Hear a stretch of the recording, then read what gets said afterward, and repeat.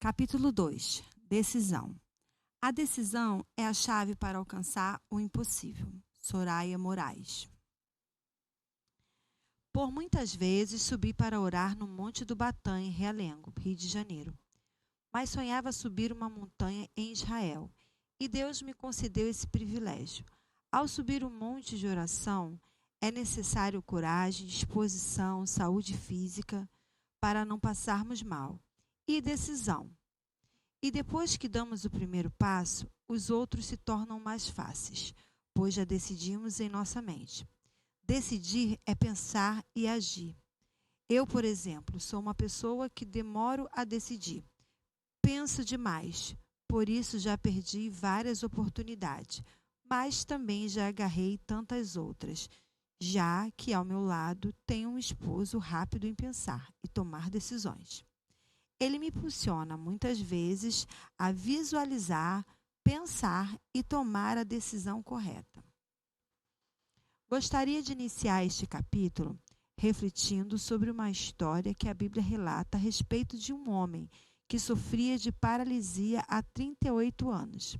Esse homem, por muitos anos, viveu daquela forma, sem esperança, dependendo das pessoas. Isso nos faz refletir que até mesmo seu psicológico o condicionava a ser paralítico.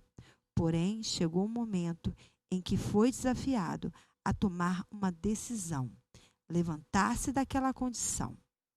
Creio que na sua mente ele sabia que o seu corpo não obedeceria, mas o que fez a diferença foi que em seu espírito ele creu, decidindo sair daquela condição, recebendo a capacitação para obedecer à palavra do Mestre, para levantar-se e ali receber o seu milagre.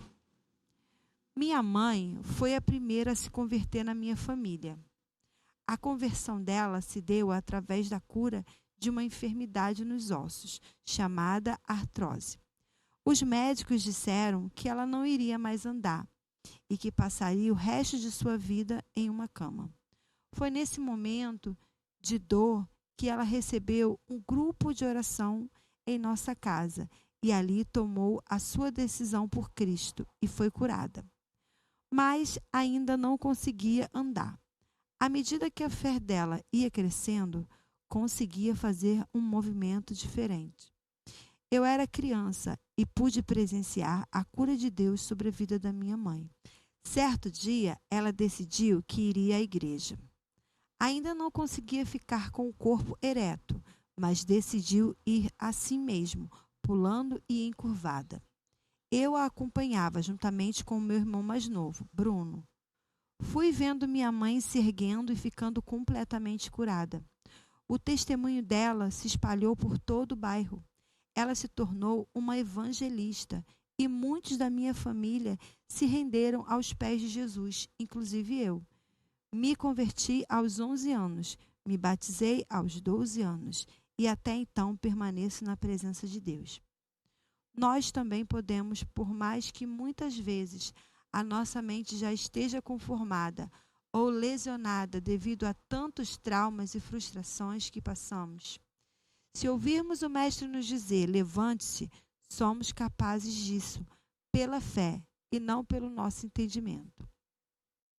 João 5, do 5 ao 9. Um dos que estavam ali era paralítico, fazia 38 anos. Quando o viu deitado e soube que vivia naquele estado durante tanto tempo, Jesus lhe perguntou, você quer ser curado? Disse o paralítico, Senhor, não tenho ninguém que me ajude a entrar no tanque quando a água é agitada. Enquanto estou tentando entrar, entra outro antes de mim. Então Jesus lhe disse, levante-se, pegue a sua maca e ande. Imediatamente o homem ficou curado, pegou a maca e começou a andar. Essa foi a palavra que Jesus liberou para aquele homem que estava paralítico há mais de 38 anos. Talvez hoje o que você precisa é tomar uma decisão e sair da condição de paralisia. A Bíblia nos ensina a confiar em Deus de todo o nosso coração e a não nos apoiar em nosso próprio entendimento, como diz em Provérbios 3:5. Mas o grande problema é que perdemos muito tempo tentando entender o porquê de termos passado por aquele momento que nos paralisou e nos enfermou. A decisão está presente na nossa vida todos os dias. Algumas são simples e fáceis, porém outras difíceis. A Bíblia nos adverte que devemos dizer sim, sim ou não, não, pois a dúvida tem procedência maligna. Mateus 5:7. De acordo com Soraya Moraes, uma decisão acertada pode trazer muita felicidade, mas a errada fará com que ela saia da sua vida pela mesma porta que entrou.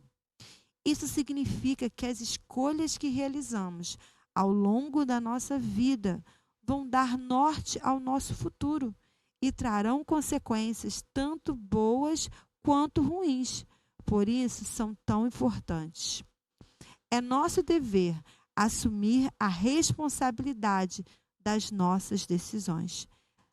Ter humildade e reconhecer exatamente quem somos, nem mais nem menos.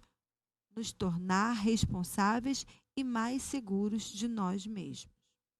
A palavra paralítico, segundo o dicionário de português online, significa indivíduo que possui algum tipo de paralisia, perda da movimentação voluntária de um músculo causada por uma lesão neurológica. Eu precisei decidir sair da condição da qual me encontrava e tomar a decisão de dar o primeiro passo para receber a minha cura.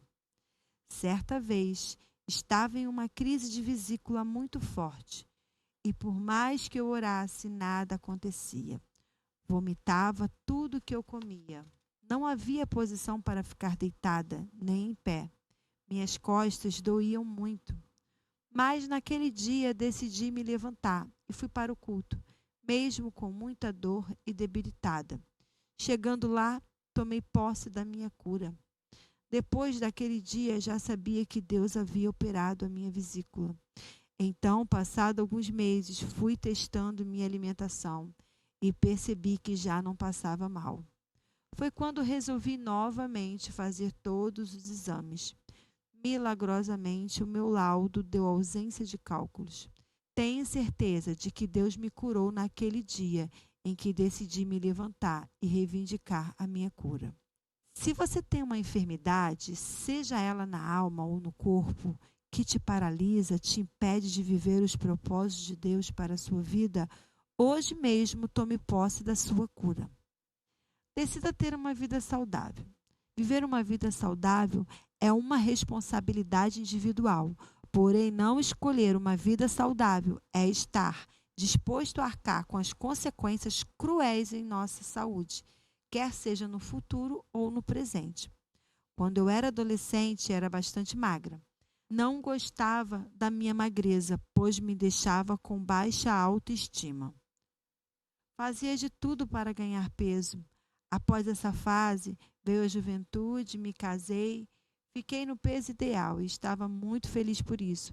Porém, com o passar dos anos, os maus hábitos me levaram ao sobrepeso. Após o nascimento da minha primeira filha, consegui voltar ao meu peso normal. Mas ao longo dos anos, desenvolvi péssimos hábitos alimentares.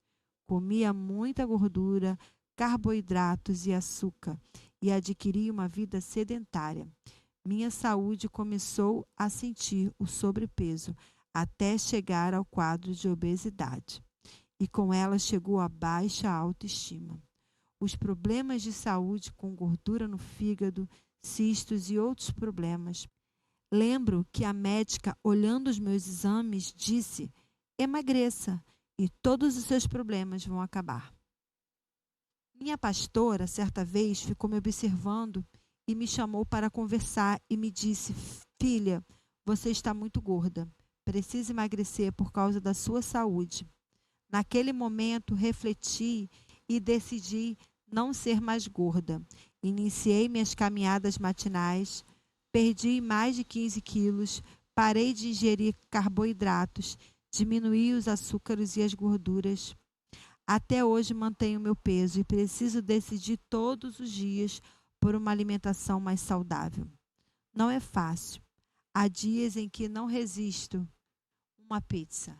Há dias em que não faço caminhada. Porém, sei da decisão que tomei. Não posso e não quero mais voltar a ser obesa. É uma luta constante todos os dias, mas sei que sou capaz. Conforme a literatura médica, após os 35 anos de idade, não mais emagreceremos com facilidade. Então, é melhor decidir agora por uma rotina que nos levará a uma vida mais saudável, a fim de ter uma velhice com mais qualidade de vida. Nesse tempo de mudanças, aprendi a fazer mais comidas gostosas e saudáveis e a construir novas rotinas. Não podemos ser governados pelos maus hábitos. Pratique um esporte, escolha uma academia, faça caminhada, procure um endocrinologista ou um nutricionista, faça dietas, retire da sua alimentação o que você come em excesso. Você é capaz. A decisão é somente sua. Seja responsável na hora de fazer suas escolhas. Ansiedade. Pensar é bom. Pensar com lucidez é ótimo. Porém, pensar demais é uma bomba contra a saúde psíquica, o prazer de viver e a criatividade. Augusto Cury. Uma pesquisa constatou que a ansiedade SPA, Síndrome do Pensamento Acelerado, já é uma doença que atinge mais pessoas do que a depressão, um mal pouco percebido pela sociedade. Muitas pessoas são vítimas dessa síndrome desde a infância e, por não terem recebido um diagnóstico, trazem esse problema para a adolescência e para a vida adulta. Outros passam uma vida inteira chegando à velhice sem saberem que sofrem desse mal. Após vivermos a pandemia da Covid-19, a SPA começou a ser mais diagnosticada e percebida pela medicina. Com o avanço da tecnologia, até mesmo leigos passaram a fazer testes rápidos online, trazendo um pouco mais de consciência sobre essa síndrome. A sociedade atual foi bombardeada por excesso de informações e notícias ruins, por preocupações, uso excessivo de celular devido ao trabalho e escola, o que tem levado muitos a sofrerem o excesso de futuro presente na nossa vida.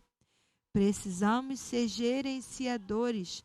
A Bíblia nos ensina que não devemos andar ansiosos por coisa alguma. Filipenses 4:6. Nosso futuro emocional, profissional e social pode estar sendo diretamente influenciado pela maneira como lidamos com a ansiedade. Precisamos buscar o autoconhecimento e ser protagonista da nossa própria história. Precisamos de capacitação para vencermos nossas fragilidades e não sermos dirigidos por pensamentos negativos sobre nós mesmos. Podemos ser livres para pensar, porém nossos pensamentos não podem nos dominar, nos tornando cativos e prisioneiros. Nossa mente precisa ser livre das fantasias opressoras. Deixe fluir novas ideias. Seja ousado para correr riscos. Podemos surpreender a quem amamos, dizer palavras bonitas, ter comportamentos inovadores, aprender a fazer elogios, ser grato por aquilo que temos, abrir um sorriso para alguém que nos ama, apreciar o pôr do sol no final do dia. Ao contrário, quando não gerenciamos nossos pensamentos, não temos defesa contra o pessimismo, conformismo, autopiedade, abandono, autopunição, culpa ou agitação mental. A resiliência nos faz capazes de vencer nossas perdas.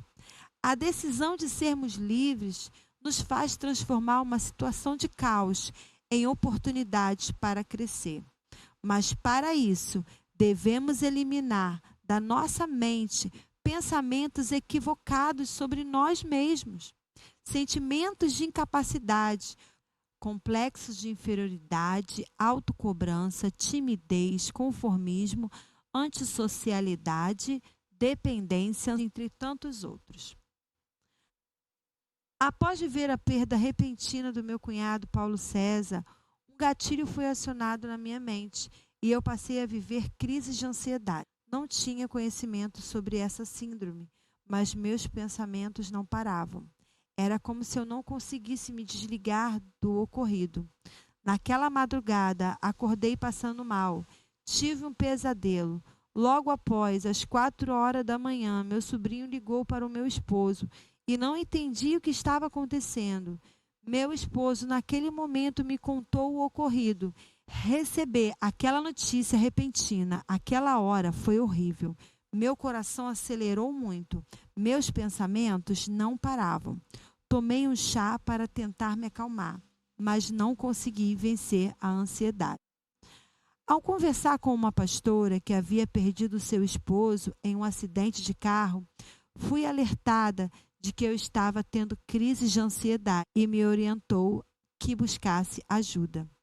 Fiquei em crise por alguns meses, mas procurei gerenciar minhas emoções. Comecei a fazer uma rotina de caminhada matinal. Nesse tempo, li os 150 salmos da Bíblia. Lia e escrevia o que eu entendia. Orava e me fortalecia em Deus, vencendo a ansiedade. Desconhecia esse mal. Nunca havia percebido que já havia tido esse problema em outros momentos da minha vida. Digo isso, pois certa vez, quando era adolescente, fui fazer uma prova no Maracanã. Era um concurso para uma escola federal. Queria muito passar naquela prova. Havia dedicado horas do meu tempo estudando e renunciando a passeios. Enfim, no dia da prova, ao iniciar a avaliação de matemática, percebi que a prova era tão ridícula que acabei acionando o gatilho da ansiedade. Não conseguia me concentrar. Por várias vezes precisei usar o banheiro para urinar. Meus pensamentos ficaram tão acelerados que não conseguia resolver uma questão sequer daquela prova. O meu tempo havia se esgotado e fui para casa me sentindo muito frustrada e derrotada. Em outro momento da minha vida, a ansiedade também me prejudicou. Foi no momento em que havia ido tirar minha habilitação de motorista. Estava pronta, segura, bem preparada.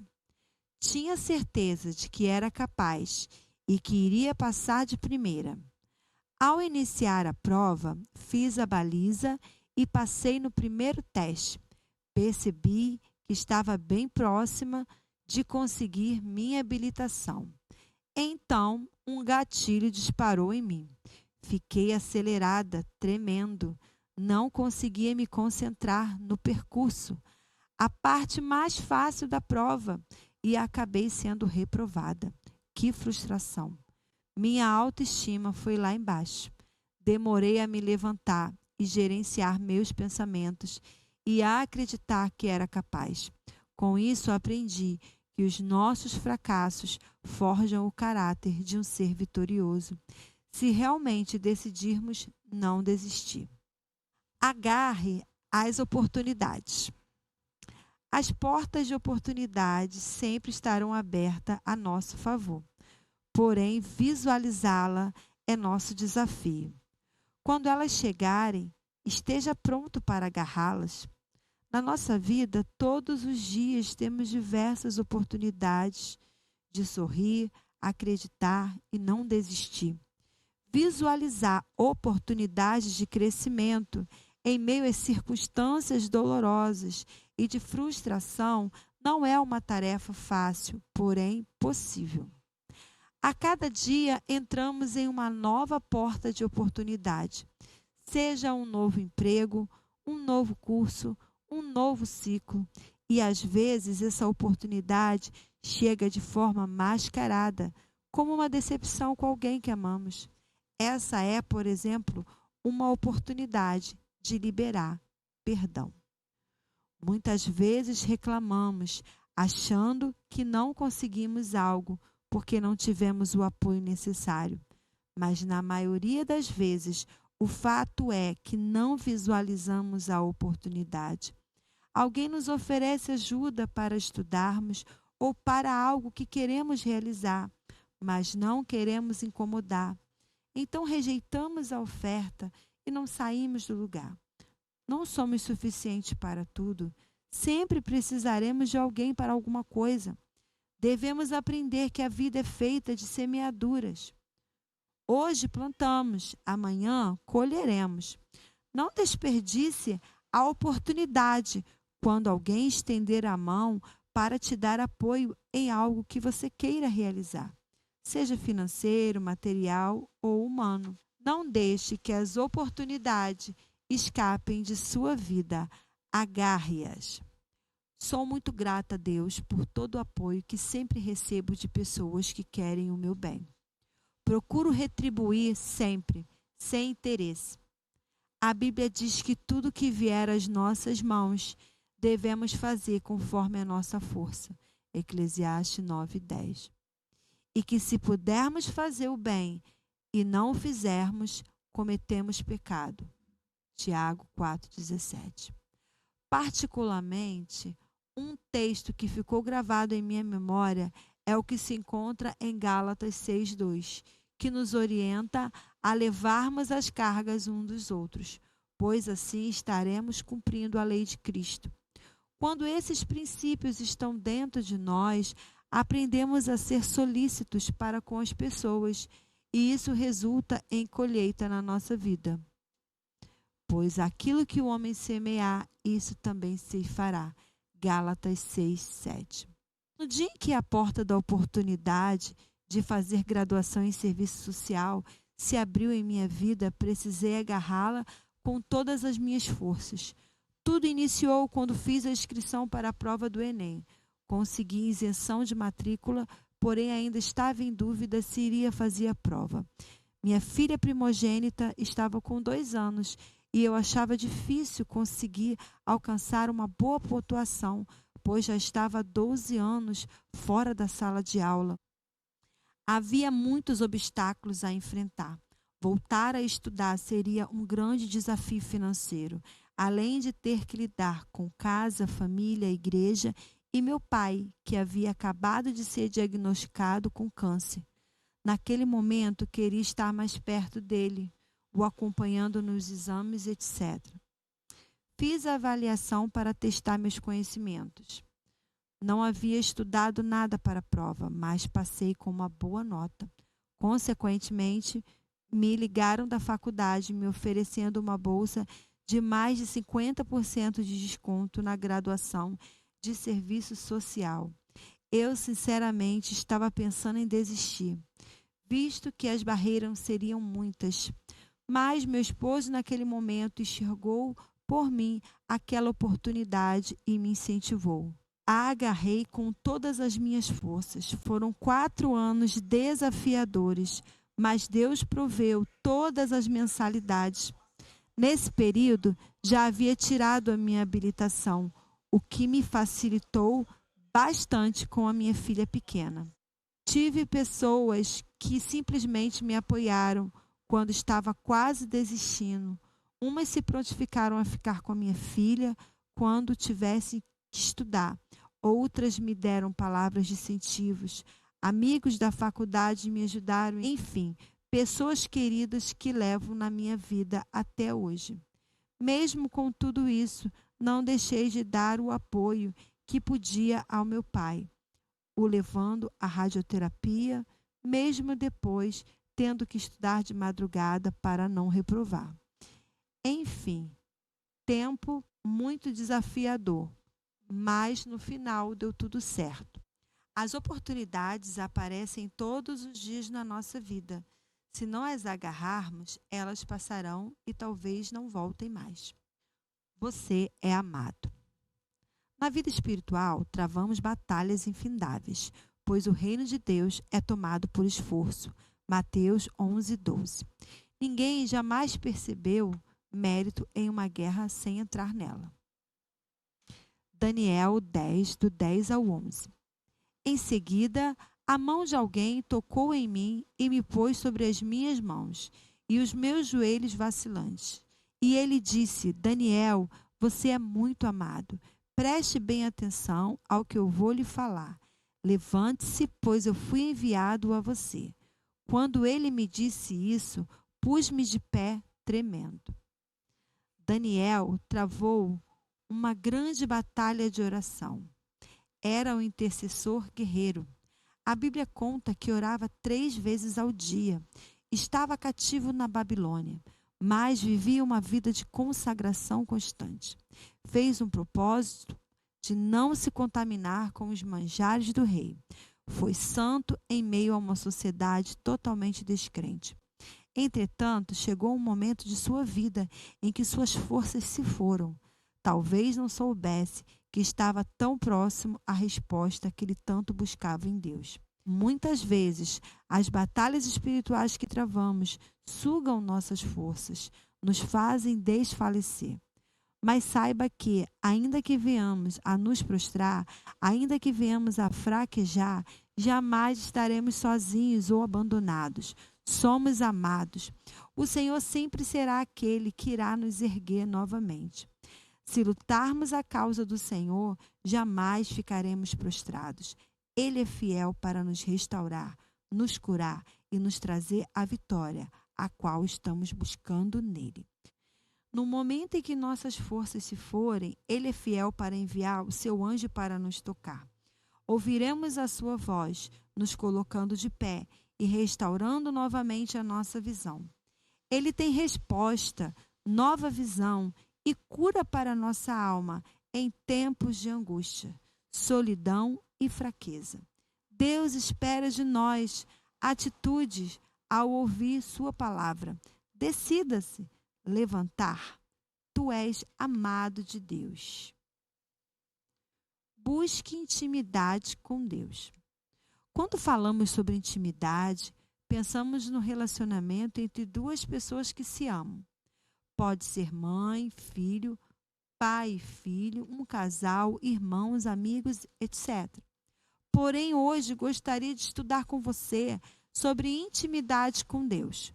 Um relacionamento íntimo com o nosso Pai Celestial. A palavra intimidade é definida no dicionário como relação muito próxima.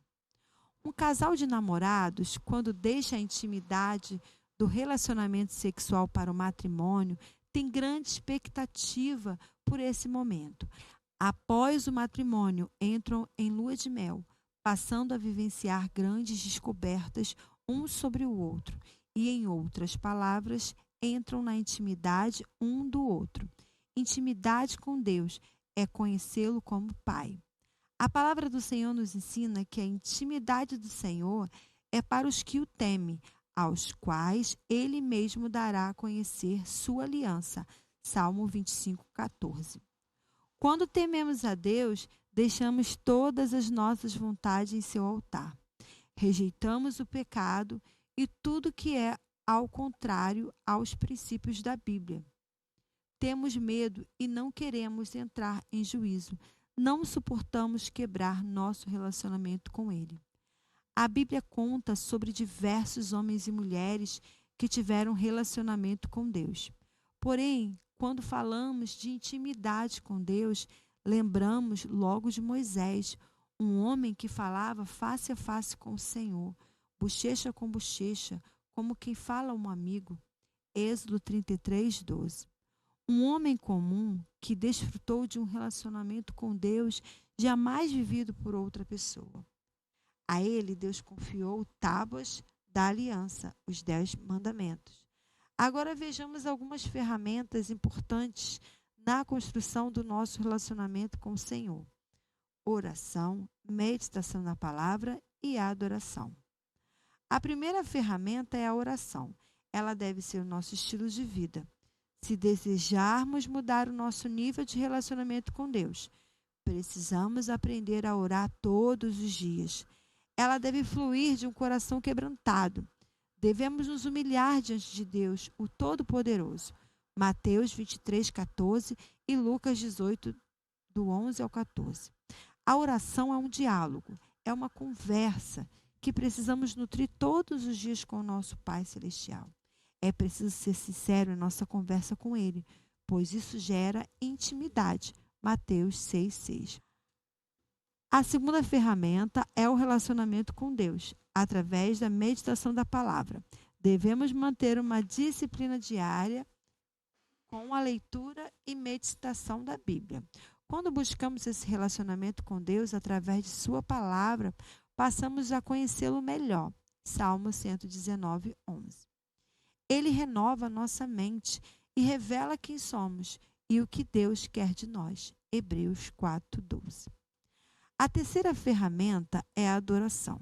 Adorar é exaltar a Deus pelo que Ele é, por seu caráter e atributos. Os seres viventes adoram a Deus de dia e de noite, dizendo: Santo, Santo. Apocalipse 4:8. Fomos criados com esse propósito. Jó 4:24.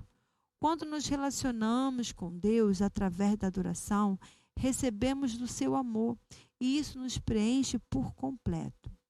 Somos capazes de desfrutar da intimidade com Deus. Porém, o nosso desafio é vencer os obstáculos que se apresentam todos os dias diante de nós. Devemos estar atentos para tudo aquilo que rouba o nosso tempo com Deus. Vejamos a seguir alguns exemplos. Nossas urgências, elas sempre tomam o lugar das nossas necessidades. Há uma necessidade em nós de conhecermos mais a Deus. Precisamos nutrir nosso relacionamento com Ele, ou nossa vida espiritual se esfriará. A internet, as redes sociais, o WhatsApp, séries da Netflix, os vídeos de YouTube têm sugado totalmente o nosso tempo.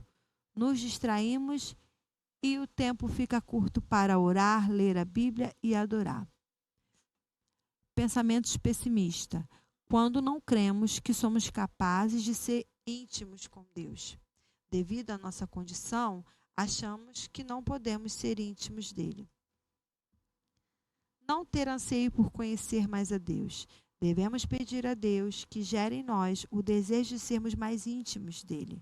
O Senhor quer se revelar a nós e deseja que prossigamos em conhecê-los, conforme está escrito em Oséias 6:3. Temos que mudar o nosso nível de oração, de intimidade com a palavra de Deus e a nossa vida de adoração. Pensamentos racionais sobre Deus. Deus não cabe dentro de uma caixa, Ele é infinito, é sobrenatural, vai além da nossa imaginação. Não podemos tentar entendê-lo. Quem quer ter intimidade com Ele precisa partir do princípio de que Ele é sobrenatural. Ele tudo pode. Assim sendo, abandone os pensamentos racionais sobre Deus. Procure conhecer Deus através da palavra. Abandone os conceitos do mundo. Tenha uma experiência pessoal com Deus através da revelação da Bíblia. Pague um preço e alcance intimidade. A Arca da Aliança era carregada nos ombros de pessoas falhas que estavam constantemente em consagração. Elas se sacrificavam a cada 6 passos. Não se traz a glória de Deus com boas intenções e boas estratégias. É necessário unção e intimidade com Ele. O Senhor nos chama para sacrificarmos tudo em troca da sua presença. Ele é o Senhor. Se quisermos carregarmos a presença de Deus e fazer a diferença, precisaremos emprestar os nossos ombros. Há um peso que precisamos suportar. Se quisermos carregar essa glória, é necessário sacrifício, isto é, renúncia própria. A arca precisava ser levada nos ombros de pessoas falhas, mas que se consagravam a Deus. A Bíblia diz que a cada 6 passos os levitas e sacerdotes sacrificavam. Foram 16 quilômetros caminhando e parando para fazer sacrifício. Mantenha a chama acesa. Somos o templo do Espírito Santo, por isso precisamos manter a chama acesa no altar do nosso coração. Levítico 6,13 diz: o fogo arderá continuamente sobre o altar, não se apagará. Como faremos para manter essa obediência ao Senhor? Somos seus ministros, somos labaredas de fogo, somos seu tabernáculo vivo, fomos constituídos reis e sacerdotes, e como sacerdotes temos a responsabilidade de manter a chama da adoração, a chama da presença de Deus em nossa vida. A direção que Ele nos dá é trazer constantemente sacrifícios em seu altar, a renúncia da nossa própria vontade. Abraão, para manter a sua chama acesa, precisou fazer a entrega do seu sonho. Ele foi provado quando Deus pediu o seu único filho. O que Deus tem pedido como oferta viva no altar? Entregue a Ele. De Gênesis, no capítulo 22, relata sobre um homem chamado Abraão, que abriu mão da sua vontade, do seu sonho, para viver a vontade de Deus. Ele sacrificou a sua vontade e continuou acreditando que Deus tinha para ele algo bem melhor e maior que o seu sonho. Isso fez com que a chama permanecesse acesa no altar. Conforme diz a palavra, ofereçamos sempre a Deus sacrifícios de louvor. Hebreus 13:15. Quando jovem, sempre fui muito sonhadora. Tinha muitos planos para o meu futuro. Como já comentei anteriormente, nasci e cresci em um bairro muito longe do centro da cidade. Meu esposo sempre dizia que eu era a única flor daquele deserto. Sempre sonhei em estudar em uma escola federal e Deus me presenteou com essa conquista. Me formei como tecnóloga em Química pela Escola Federal de Química, na antiga formação que tinha duração de 4 anos e meio e que substituía uma faculdade. Mas, desde o 3º período, Deus já havia falado que iria pedir meu sonho. Após me formar, alcançar status na minha carreira, no auge da minha conquista, com o salário que eu havia sonhado, uma posição de honra e etc. Deus me chamou para me dedicar integralmente na obra e renunciar tudo. Foi difícil, mas era necessário. Hoje entendo que essa marca na minha vida me fez manter a chama acesa. Dentre tantas renúncias e sacrifícios, gostaria de compartilhar apenas essa. Somos capazes de abrir mão de nossos sonhos. O que Ele tem para nós é sempre maior e melhor.